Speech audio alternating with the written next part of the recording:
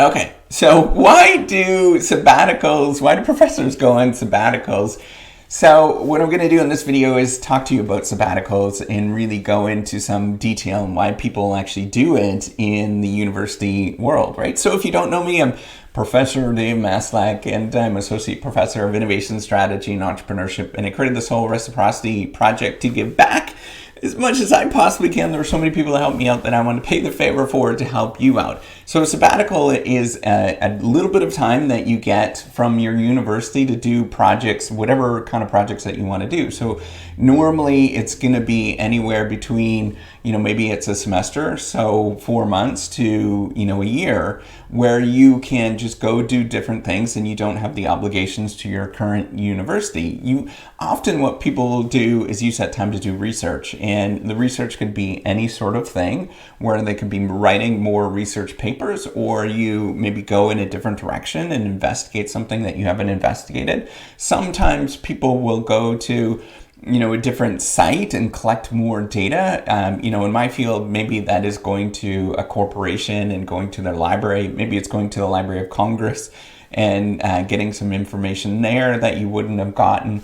So it just gives you some time where you can do something that's pretty heavy and pretty deep, and where you're not going to get the sort of day-to-day of the university tracking you, right? So you can actually do something that is more focused and a little bit, is going to be very time consuming, because what we tend to do is teaching takes up a fair bit of time, and then the service commitments often takes a fair bit of time. So it allows us to do things that are really kind of fun, that that we would want to do in the research realm. And so we might travel to a different place, for example. Often we'll go to a different university and communicate with different professors and different researchers at that university, spend some time with them, and that allows us to build some more connections, build some more relationships with those different people, and hopefully that is going to improve research productivity by doing that, because a lot of the stuff that we do has to do with relationships and getting help from other people. So we go to,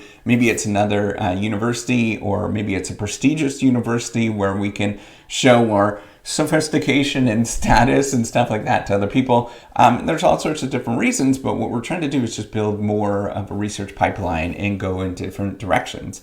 So some of you might think that a sabbatical is just like a break or a vacation. A lot of professors actually don't do that. They will spend the whole time doing research. So we might spend maybe a week, just kind of like a normal amount of time. I would say most professors probably spend 3 weeks, maybe 4 weeks max of their entire, in their entire year doing some sort of vacation thing. It's not actually as long as what you think it is. It's probably more like 3 weeks.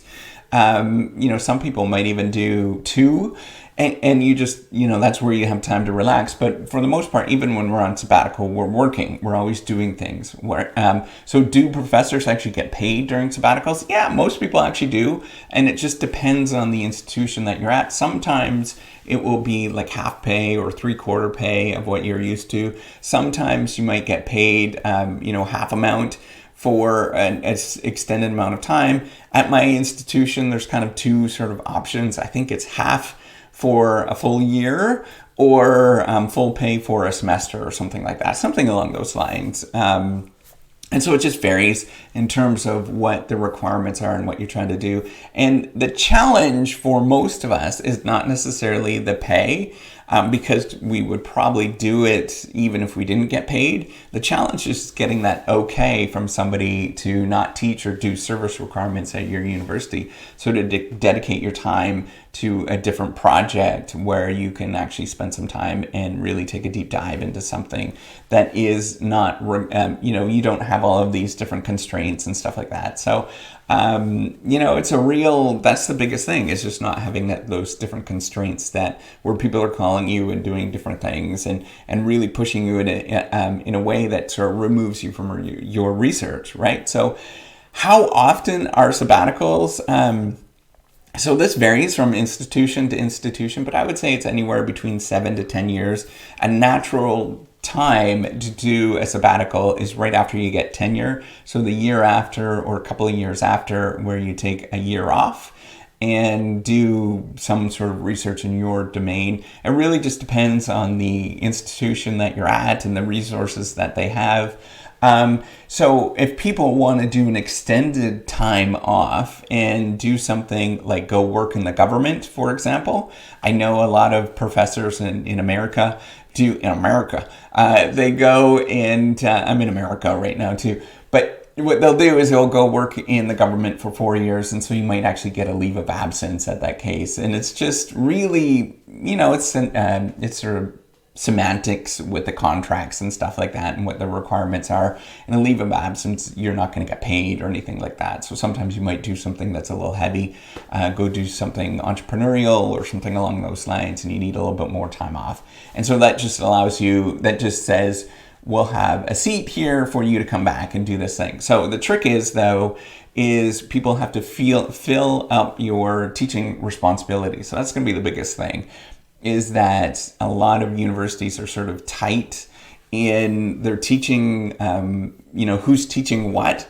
And so if you're not teaching it, somebody else has to teach it and take up that weight for you. And that line, that sort of, that line that they would have to hire somebody is sort of frozen up in your, when you're supposed to be teaching, they can't open that up because they're reserving that spot for you. So that's not necessarily a bad thing, but that's just what happens. It's sort of the reality of what's going on. So it tends to be that sabbaticals tend to occur in resources that are universities that are a little bit more resource rich than other universities because of that, right? So if a university is really just getting by and they don't have the resources, then it's going to be really a big struggle for them to offer sabbaticals to different people. So that's all I want to talk about with sabbaticals. It is a great idea for research productivity, for a lot of different things. And we're still doing work. We're not on vacation